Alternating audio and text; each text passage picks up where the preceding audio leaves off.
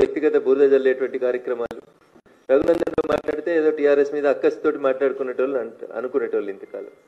రఘునందన్ రావు మీద వ్యక్తిగతంగా బురద జల్లేందుకు చాలా మంది ప్రయత్నం చేసినారు. సోషల్ మీడియాలో ఇంకా కూడా నిన్న మా చెల్లె కవితమ్మ చెప్పినటువంటి పెయిడ్ ఆర్టికల్స్ రఘునందన్ రావు మీద రోజు రాపిస్తూనే ఉన్నారు. పెయిడ్ న్యూస్ ఛానల్స్, పెయిడ్ జర్నలిస్టులు, కొత్త కొత్త పదాలు వింటున్నాం. 1995లో Raghunandan Rao contributor, but I never heard పైసలు తీసుకొని వార్తలు రాస్తారని, పైసలకు ఆర్టికల్ రాస్తారని మేము ఎప్పుడు జర్నలిజంలో పనిచేసినప్పుడు చూడలేదు. కానీ దురదృష్టం పెయిడ్ ఆర్టికల్స్, భారతదేశంలో అడ్రస్ లేని పేపర్లు, కానీ పొద్దుగా లేస్తే డిజిటల్ మీడియాలో కనబడతాయి. దొంగనే దొంగ దొంగ అని అరిచినట్టు కొంతమంది దొంగలకు జీతం ఇచ్చి రాపిచ్చి వాటిని పొద్దులేమగానే అన్ని యూట్యూబ్ ఛానళ్లలో తిప్పించి వ్యక్తిత్వ హననానికి పాల్పడుతురు అని రఘునందన్ రావు మాట్లాడితేనేమో తప్పు అనిపించింది చాలా మందికి. కానీ నిన్న వాళ్ళ ఇంటికెళ్ళి వచ్చినామనే చెప్పింది, వాళ్ళ చెల్లెనే చెప్పింది.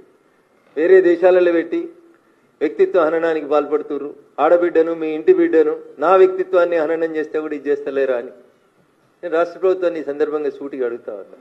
ముఖ్యమంత్రి గారిని వ్యక్తిత్వ హననం చేసిర్రు, నన్ను చేసిర్రు, ఆఖరికి ఆ ఇంట్లోకి వెళ్ళి వచ్చిన ఆడబిడ్డ అని చెప్పుకున్నామే నిన్న ఆమె చెప్పింది వేరే దేశాలలో పెట్టి వ్యక్తిత్వ హననం చేస్తూ ఉన్నారు, పెయిడ్ బ్యాచ్ల్ని నడిపిస్తున్నారని. కవిత ఎవరిని ఉద్దేశించి పెయిడ్ ఆర్టిస్టులను పెట్టిర్రు, పెయిడ్ బ్యాచ్లు పెట్టి నడిపిస్తున్నారని చెప్తుందో రేవంత్ రెడ్డి గారికి, రాష్ట్ర ముఖ్యమంత్రి గారికి తెలిసే ఉంటుంది. అందుకని ఆ పెయిడ్ ఆర్టిస్టులని, ఆ పెయిడ్ బ్యాచ్ని అందరినీ కూడా